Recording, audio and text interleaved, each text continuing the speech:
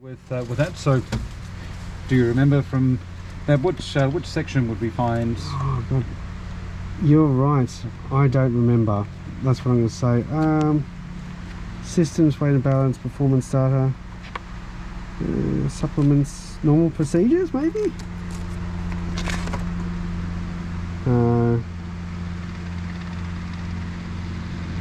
Emergency procedures, limitations. General procedures? So under normal procedures. It is. Aha! I was right. So section 4. So that's yes, you've got your kind of section 3, which is emergency, and then you've also got abnormal as well in the Cirrus, because it's sufficiently complex that you can have kind of lots of things that are abnormal but not emergencies. And then section 4 is the standard normal procedures section.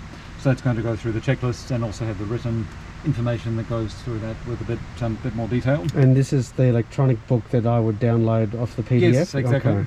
Alright, so this is my Airspeed Normalized pre-flight inspection is on page 4. Or as it starts here, before takeoff. So that's the supplement on there, so that's just basically an additional thing with that that's been added. Yeah. That's so from there you've got your... Alright, otherwise noted. Okay. It's not telling me the pre-flight yet, that's the introduction. Pre-flight inspection. Before carrying out pre-flight inspection into balance requirements, yes. Ice and snow, well it's obviously been sitting in the shed, so check that the probe in 30 seconds. Okay, cabin. Required documents on board. Well, we're not flying. So it's yes, if we were flying, then that would be the NR. So underneath the printer in there, that basically we've got the PDX folder, and our medical and obviously license, I would assume. All that stuff. That's what we would need to have on board, and headsets and stuff. So avionics switch is off. BAT 2 switch on. The 2 switch is on and it's initializing. So what you should see with the battery 2 switch, so battery 2 powers the essential bus only. So that's designed that in the event of a problem where you lost everything else in the electrical system, that will basically get you enough to be able to safely get back on the ground. So that will give you the one nav radio, one comm, GPS, the AHARs for or your ADHARs in this in the case of the G6, that gives you your attitude information and your airspeed and altitude. So the idea being that's because it's only powering those items, it should be able to last for about half an hour. Okay, not so 45 minutes like they say in the manual. It's sort of at least half an hour or so, but sort of sufficient time that if everything else disappeared, that would you'd still be able to safely get down if you were sitting there in kind of in IFR type conditions. But that's also, that battery will be running the standby instruments as well. Yes, so it also drives the standbys as well. So if you were to lose lose your battery, lose everything. Yes, well, so it's sort of, I don't want to use the word impossible, but if you've got everything, it's an unlikely situation to get into, because you'd have to lose the old one and old 2 for that to for you to be down onto onto battery 2 only. Battery 1 will also power it, but it will power the rest of the system as well. So it will it will drain quite quickly. So what you're checking here on the pre-flight is to the essential bus voltage on there, which is being driven now off battery 2. 25 volts. Yes, so it's looking for it says on there, so 23 to 25. You'd want it generally should be on the higher side of that, unless it's if the plane's been sitting for ages and hasn't flown, it might have dropped down. But in normal operations, we don't have any indication of the health of battery 2, except for when we do that check. So we're basically looking that it's only powering that, and that the voltage looks good. Okay. All right. And yep. All right. The flap position light is out. So if we drop that down to 100% flaps, so at the moment we don't have any indication which is normal because that's it shouldn't be able to drive the flaps. So if you did have that situation, it would be a So we move flapless that down to see that it's isolated from battery 1. Is that yes? correct? So because we'll be checking the flaps as part of the walk around anyway, put it down to 100%, and that will check that it's not simply, again, it's sort of a very unlikely scenario, but it's not simply that the diode has failed and the light is broken. Okay. So nothing's happening, which is what we expect. Okay. All right. Did we skip about 1,000 things there? I know that's if we keep going. So we've got yes, flat position light out, and then oh yeah, sorry, yep, bat 1 on, and now the light switch is on, and the flaps are going down. Yes, the flaps will start to go down, and there we go. We've got the position light indicating on them. Okay, position light on the head.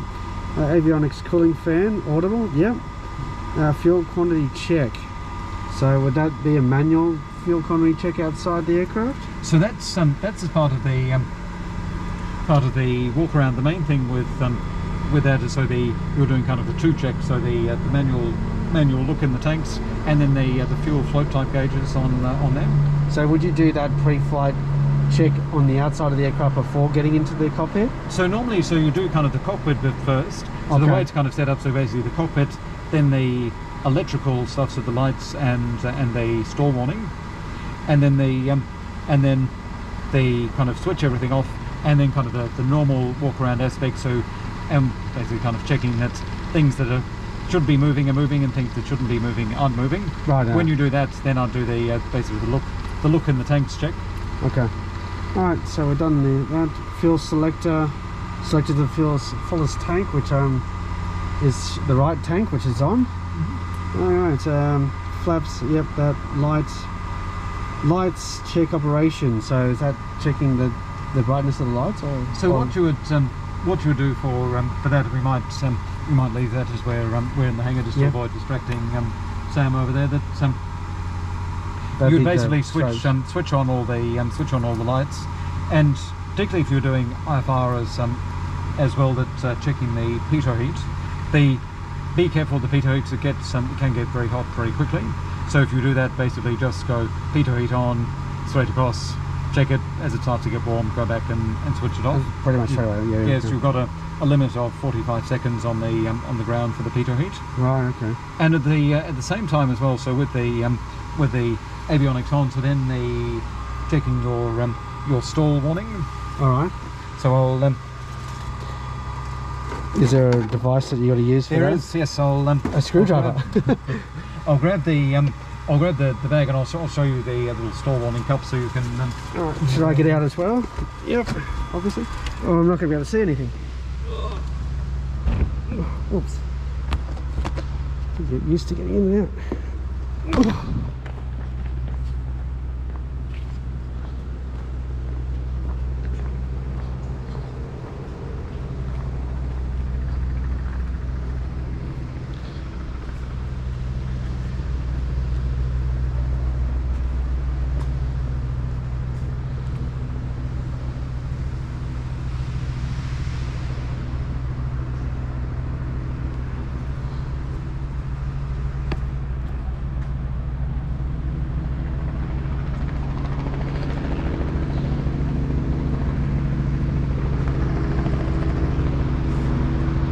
Yep. Provided that the avionics are switched on, then place that on there, and then that will then give you trace of specs.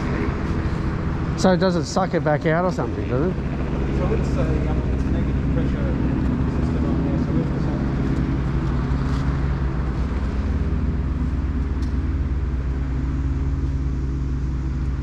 Didn't have all the switches on. Yes, it looks like it seems to be moving fairly quickly. So Oh yeah. there we go. Seems to be working. Very loudly. Yes. So once we've done that, so I'd basically do that check with the stall warning at the same time as doing the lights. So you basically switch on all the lights. Yep. Walk around, and then to check. So we've got the combined nav lights, and then the strobes on the wingtip, the ice detection lights on the side, and then the forward-facing landing lights also on the wingtip. That's the ice detection size, and does that you're focused on this strip here to see? So that's the stall strip on there. So that's just to and then basically to kind of to give you this better airflow at high angles of attack. Right, yeah. So with yes, with that, I mean, it just depends on sort of if you are picking up ice as to what kind of what the droplets are like. You might sort of pick it up a bit first on the stall strip a bit more, but it just depends. Okay. The idea is more so it's at night that it'll just illuminate all the leading edge of the wings, so you should be able to pick out if there is anything on them. Okay. So the idea being you've done that sort of the all of that electrical stuff, so you can then switch everything off and then start on the so you start behind your door and then work your way around. Yep. So I might as well do that because I want to become efficient at it, so we don't have to spend all day doing pre-flight checks, I suppose. Don't want to miss anything at the same token. But, oh yes. So we start at the pilot's door. Yes. So the doors. So there's a door lock, unlock. What you want to do. Normally, you can, if the wind's quite light, like was today, where there's nothing out there, you can leave the doors open while pre-flighting. But if there's any notable wind, then it's you just drop that back down while you're doing the walk around. Okay. Because particularly if the seatbelt's unclipped, you can get the situation where it gets caught in the door and can cause the door to warp. Right. Yeah. So yes, but if there's no wind, you can leave that open. Sure. Common antenna on the top, so you're just basically having a look on on there, then COM2 antenna, so the long one down on there. Yep. Transponder down there in front. Yep. And then the wing and fuselage fairing, so just checking that it's all secure and fine. Yeah. Them. Your baggage door on here, so in the keys in the bag are the ones for opening and closing the aircraft. The actual ignition key is the one attached to the caps pin. Oh, okay. So that basically stops you from inadvertently taking off with the caps pin in, which stops the caps from being active. So keep that in on the ground, so kind of while people are boarding and that sort of thing, that they don't inadvertently bring that on. Is there like two different keys or anything like that? Like as in, are they totally different keys or are they the same sort of key? But they're similar sort of shapes, but obviously the ignition key won't work in the baggage door or anything. Okay, cool. So to close it, if it's open, you basically just push it closed and it locks closed on them. Cool. Then static button. So you've got the two static ports. So this side and that side, just a balanced static source. Sure. Then the parachute cover, so that's just here on, so eventually just a visual inspection on there, check there's no sort of warping or anything unusual there. You've got kind of a prism attachment that just sits inside on the back on here where the parachute is. Okay. And you don't press on that or anything, obviously? No, so you don't. No, don't touch it. Oh, yeah. you can feel it to check the kind of check that it's it's secure, but yes, there's no need to do so. Then elevators, so all that's as normal. So you're basically just checking the condition. Then with the elevator on here, so run that through the range. Check that the side stick's moving in the correct direction as you do that. Okay. You've got a mass balance in on here, so you're just checking that the mass balance is in position. Pins on there as well, so you should check that with the movement. Okay. And you check all the pins, no doubt. Do you have to check them underneath? Is that how you check them? Yes, so that's oh yeah, I see. Yeah. Okay. I gotcha. Then the rudder. So because it's not connected to the nose wheel steering, so you can run it all the way through the range. So basically, have a look. So we've got a mass balance as well on the rudder, and checking that that's moving. You've got the hinges or the cotter pins down here, and what you will have with the new ones, we've got that tax on there that's used to kind of to secure it. So if it's sort of broken, it may indicate sort of some problem with that hinge. So if the wax is missing, you kind of got to ask a question about it. Is that what you're saying? Potentially, Or So the earlier ones I could tell they don't have that little kind of little wax thing on there. It's more just to it's kind of a thing that okay, so if it has kind of broken at all, that okay, what's happened there, sort of thing. okay. Same thing on here. So you've got your mass balance on there, run through the range. All right. And the no push doesn't mean no push, so to speak. So the no push is it basically means don't push the aircraft forwards. Oh yeah, don't move it by those surfaces. Yes, okay. exactly. Which would seem self-explanatory, but you never know. So on the right side here, so you've got the little ELT antenna on there. Static port up on here. This, ELT. So that's basically just a generic kind of maintenance access port that allows you to get to the parachutes. Also battery 2 is in the back on here, and then sort of other kind of avionics type things, and the ELT is down there. Okay. All right. So then your repeating on this side. Yes, so your flaps on here. So just check for free play, and then are they meant to have any free play at all? They shouldn't really have very much. So that's about what you want. Okay. Then the lock wire on the end on there. So you're checking that's oh yeah, right there. Place, yes, yeah. Over the top. Okay. And do you check obviously each hinge as you go along? Yes. So I'd sort of, when I was down there, I'd look along just to check the hinges. Okay. Then the aileron, so you're running them through the range. You've got your oh yeah, I see that. The lock wire on the end on them. Yep, I see it. The kind of the rod strip on there just to improve the airflow. Then again, mass balance also on the ailerons just okay. on the that end. side. Oh yeah, I see it. Yep. Okay. There you go, and make sure that's all in place. These little antennas. So those are the static wicks. Okay. So they're just they're designed if you're sort of flying in rain that it stops. Well, hopefully stops. It doesn't completely, but yeah, it produces a precipitation-induced static that you can get. Okay. So wingtip and lights, we've already inspected the lights, just checking the general condition of the wingtip. Because of the kind of the polycarbonate arrangement, you don't unlike a Cherokee, you don't need to give it a good shake. Good shake. It's fine yeah. just to look at it. So leading edge, you're inspecting. You've got the cuff wingtip on here. We're just checking that there's nothing, kind of no evident damage or anything like that. Yep. So we then have our fuel. So just like with with your Cherokee, visual inspection of the fuel. It looks like that side's down. It looks like it's below the tab to me. Oh no, it's just on the tab. I can see it. Yeah, it's about probably just on tabs.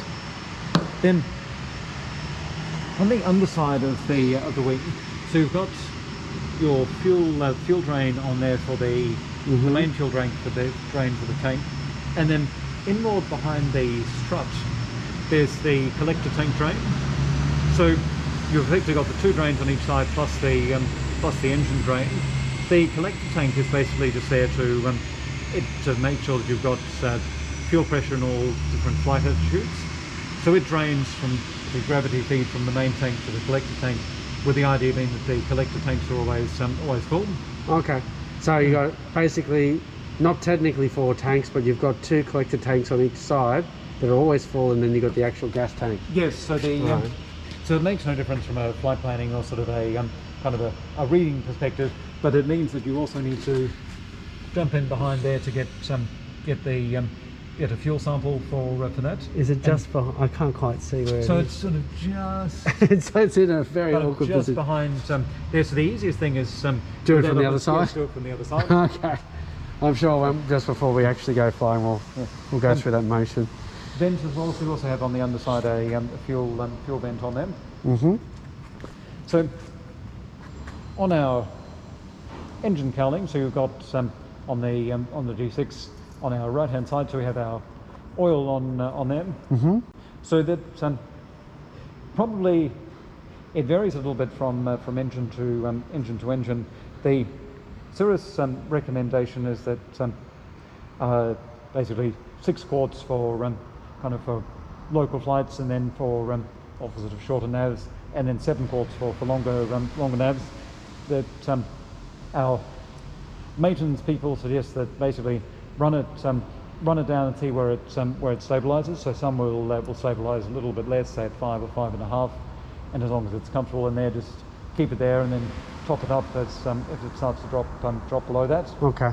But essentially normal oil inspection with that. Pop it open, check the dipstick. That also then acts as the kind of to put oil in there. So you've got a kind of a just a combined thing like with the Cherokees. Yeah. Take the dipstick out and then into them. And then you pour it in the same hole. Yeah. Yes. On the side there, you've got your air conditioning and the cabin air intake. Oh, that's it. The air take for the air conditioning. Okay. Yeah. Then at the front, so just I'll do sort of a fingertip type inspection of the prop just to check for any nicks. Yep. And then your baffles on there. So with the naturally aspirated 20 and the 22, you've got unlike say the Warrior, where it's got a separate air intake. That's both for your cooling for the baffling air and for your filtered air, or your intake air. Is that an intercooler for some reason?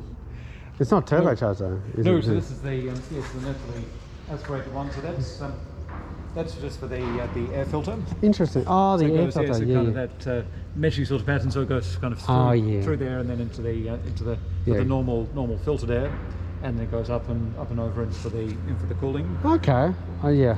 Okay, I getcha. I'm just going to make sure nothing looks, because you can't access the engine obviously, like in the Warrior you used to pop open the both sides and off you go. So yeah, so there's it's not a whole lot that you can see with that. So you've got the 2 alternators at the front. It's sort of, there's not really anything you can really see with that. On the G6 you've got your old one on the right, and then old 2 on the left. And they're both driven by a belt on the Cirrus SR20, aren't they? So yeah, so on the new SR20. So yes, they're both belts belt driven. Yeah, you don't want to lose that belt then. That's how you have that double failure that we were talking about earlier. Oh yes, so the belt goes. So they're separate belts. Are they? Oh well. So yes, it's, so you'd still have to lose both of them to cause that issue. Right. So the exhaust seal basically just check the sort of general condition and security. Also on the front here, as well as so kind of strut and tyre. What I tend to do with the tyres is, just as I'm rolling it out, because you don't get a great view, is just to look and just make sure that tread all looks good on them. Okay. But you also have up the front here your gasculator. So just on here. Oh yeah, that's where you do the fuel swab, yes. But that's going to be the big one. So that's the kind of the fuel filter. So effectively, just like with the that Ford fuel drain on the Warriors, same sort of thing. Press it in and off you go into fuel drain on there. Cool. And then effectively just everything in reverse on your left-hand wing. So I've noticed a bit of oil there. Is that probably from the aircraft itself? So that's and on the fairing of the front wheel. Well, let's have a look and see what the oil quantity is. What that would suggest is that it's probably been slightly overfilled. Overfilled, yeah. So behind that gasculator, there's the oil breather tube. So if it is overfilled, it will tend to kind of run down onto the initially onto the fairing, then onto the and out through the oil breather tube as well. That's yes, that's sitting about just under 6. Okay. So it's probably a fairly normal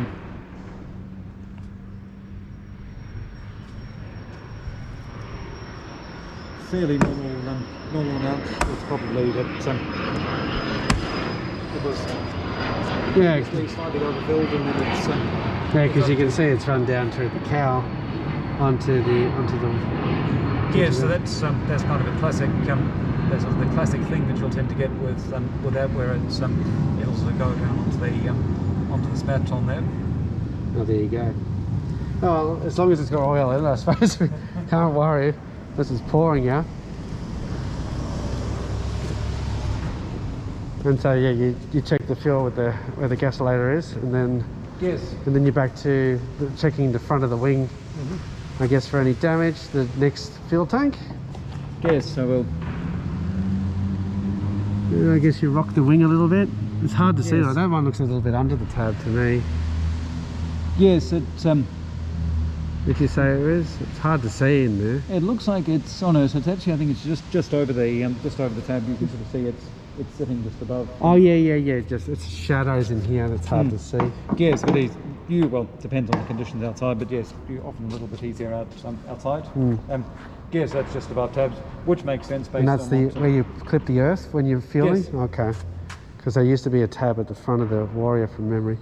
Not that I have to worry about it just yet, but anyway, yeah. Okay. And then yeah, you continue along here.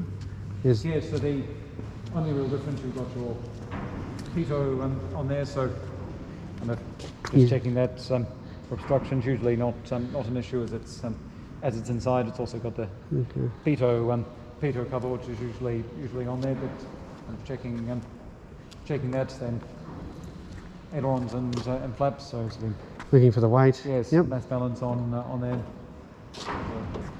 Quarter pins on there, and then the hinges. And then of course what is it? This thing called again? Sorry, the rub strip on there. That basically is just to improve the airflow. Okay.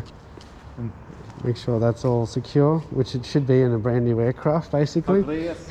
If it's not, you're in trouble and all that stuff. And then we work our way back to the start. And is that pretty much That's it. Yes. The nuts and guts of it, all for the pre-flight outside, and then we go through and do the checklist inside. Yes. So basically, once you jump in the aircraft, if you put BAT 1 and BAT 2 on, and then you can kind of get sorted while it starts up, and then just go into the checklist and start from that before starting engine check. Okay. All right. Is there anything else we needed to do?